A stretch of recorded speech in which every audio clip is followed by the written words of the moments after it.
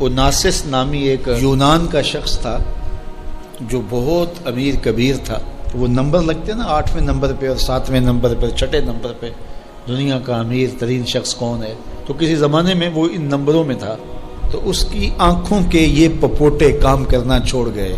Doctor solution tape لگا کے اس کی آنکھ کھول دیتا تھا، سلوشن ٹیپ لگا کے بند کر دیتا تھا اور وہ سو جاتا تھا. پھر وہ کھولتا اور جو ہے وہ اس کو دیکھنا ملتا. تو یہ آٹومیٹک سسٹم خراب ہو گیا. تو کسی نے اوناسس سے ایک دن پوچھا کہ تیری زندگی کی سب سے بڑی خواہش کیا ہے؟ یہ جہازوں کے بیڑے تیرے ہیں، یہ اتنے بڑے کاروبار ہیں، تا حد نظر پھیلے ہوئے بنگلے، اتنا کچھ، تو کوئی خواہش رہ گئی ہے؟ اس نے کہا ہاں ایک میری خواہش رہ گئی ہے. تو سننے والے نے کہا کہ کیا؟ کہا کاش کہ اپنی آنکھیں اپنی مرضی سے کھول سکوں، یہ میری خواہش ہے. تو اس نے کہا کہ اگر اس کے لیے تجھے کوئی پیسے لگانے پڑے تو کتنے کو پیسے لگائے گا؟ کہا ساری دولت لگا دوں گا. کاش کہ اپنی آنکھیں تو اپنی مرضی سے کھول سکوں. تو میرے ان دوستوں میں سے کئیوں کو آج یہ احساس ہوا ہوگا کہ یہ بھی کوئی نعمت ہے. اور جو 24 گھنٹے ہمارے ساتھ ہے، تو اتنی نعمتیں ہیں ہمارے اوپر اللہ کی، اور اس کو ہم اپنے حساب سے چھوٹا یا بڑا کہہ لیتے ہیں، لیکن وہ اتنی بڑی ہیں کہ اگر وہ چھن جائیں تو پھر پتہ چلتا ہے کہ جو ہے وہ کتنی بڑی نعمت سے ہم محروم ہو گئے. میرے ایک ملنے والے ہیں، ان کے منہ میں لعاب کی مقدار کم ہے، جس کو ہم نے کبھی سوچا بھی نہیں کہ یہ بھی کوئی نعمت ہے.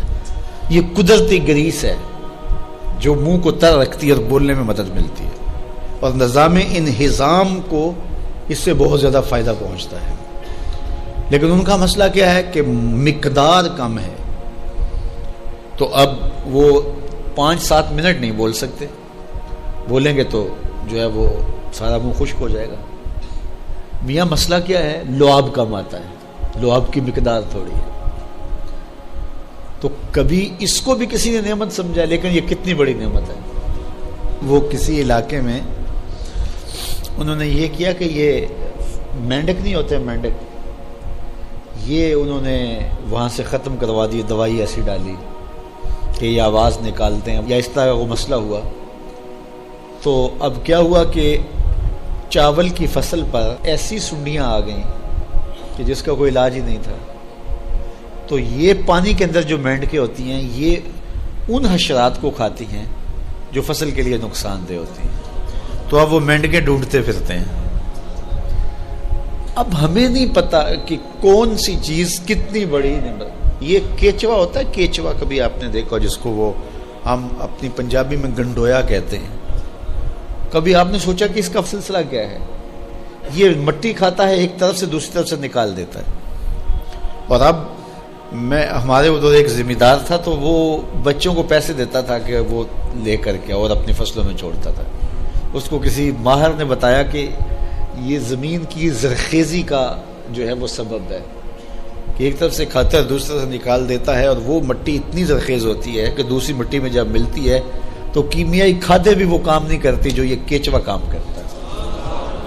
اور ہمیں پتہ ہی نہیں ہے کہ ہمارے اطراف میں اللہ نے کتنی نعمتیں ہمارے لیے پھیلائی ہوئی ہیں. تو اس لیے اس کا ایک نظام ہے. یہ دنیا کچھ نہیں ہے، اللہ کے قبضے میں سب کچھ. تو سب سے بڑی بات یہ ہے کہ اللہ آپ کو خیر کی راہ عطا کر دے. بس بعض کا جو دنیا کی دولتیں دی جاتی ہیں، یہ آزمائش ہوتی ہیں، یہ آزمائش ہوتی ہیں. تو جو آپ کو کسی سے نیکی کرنے کی توفیق مل جائے، کسی کی مدد کرنے کی توفیق مل جائے، کسی دکھی کے کام آنے کی توفیق مل جائے، کسی کی جان بچانے کی توفیق مل جائے، تو یہ بہت بڑی دولت ہوتی ہے. جبریل براق لے کے حضور کی خدمت میں حاضر ہوتا ہے. حضور فرماتے ہیں دون البغل فوق الحمار. وہ جو براق تھا وہ خچر سے کچھ چھوٹا تھا اور گدھے سے کچھ بڑا تھا، تو میرے لیے براق تیار ہے. تو جبریل نے کہا کہ سب سے پہلے آپ کے دل کو غسل دینا ہے. تو فرماتے ہیں کہ میرے سینے سے دل کو نکالا گیا اور ایک تشتری میں رکھا گیا. اللہ اکبر.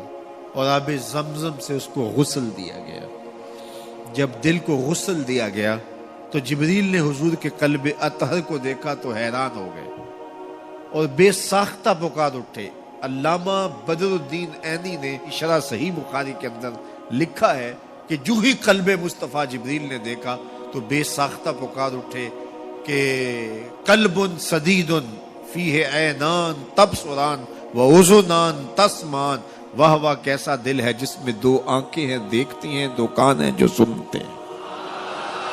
ایسا دل کائنات میں پہلے کسی نے نہیں دیکھا، نہ کسی کا ہوا ہے، جس میں آنکھیں بھی ہوں، جس میں کان بھی ہوں۔ جو قصیدہ پڑھا جاتا ہے مصطفیٰ جان رحمت پہ لاکھوں سلام، اس پورے قصیدہ سلامیہ کے اندر حضور کے ایک ایک عضو کی تعریف کی گئی ہے۔ کبھی ہونٹوں کا ذکر کرتے ہیں، پتلی پتلی گلے قدس کی پتیاں، ان لبوں کی نزاکت پہ لاکھوں سلام۔ کبھی ہاتھوں کا ذکر کرتے ہیں، ہاتھ جس سمت اٹھ گئے غنی کر دیا، بہر موج سماحت پہ لاکھوں سلام۔ کبھی بازوؤں کا ذکر کیا، جن کو بارے دو عالم کی پرواہ نہیں، ایسے بازو کی طاقت پہ لاکھوں سلام۔ کبھی سر کا ذکر کیا، جس کے آگے سرے سروراں خم رہے، اس سرے تاج رفعت پہ لاکھوں سلام۔ کبھی حضور کی مبارک بینی کا ذکر کیا، کبھی آنکھوں کا تذکرہ کیا، کبھی حضور علیہ الصلوۃ والسلام کی مبارک زلفوں کا ذکر کیا، ایک ایک عضو کا ذکر کیا۔ چلتے چلتے جب دل پہ آئے تو اعلی حضرت کا قلم نہیں رک جاتا اور سوچتے ہیں کیا لکھوں، اور اعلی حضرت بولے دل سمجھ سے ورا، دل سمجھ سے ورا، مگر یوں کہوں غنچائے راز وحدت پہ لاکھوں سلام۔ دل سمجھ سے بالا ہے، لیکن یوں کہہ دیتا ہوں اللہ کے رازوں کا امین ہے تو وہ قلب مصطفیٰ ہے صلی اللہ علیہ وسلم۔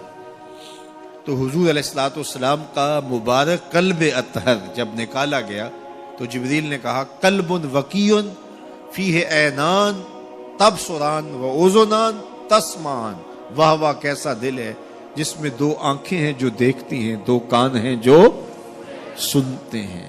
حضور کی آنکھیں ہماری آنکھوں جیسی نہیں ہیں، نہ ہماری آنکھیں حضور کی آنکھوں جیسی۔ ہماری آنکھوں کے اندر تو میل کچیل آتا ہے، حضور کی آنکھوں میں مازاق کے کجلے لگے تھے۔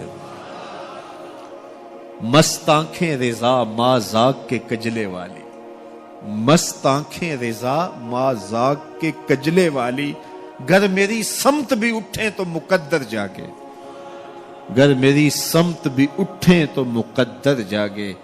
تو حضور کی مبارک آنکھیں، اللہ اکبر، کیا خوب سجن دیاں اکھیاں نے، کیا خوب سجن دیاں اکھیاں نے، جویں پر کے سرائیاں رکھیاں۔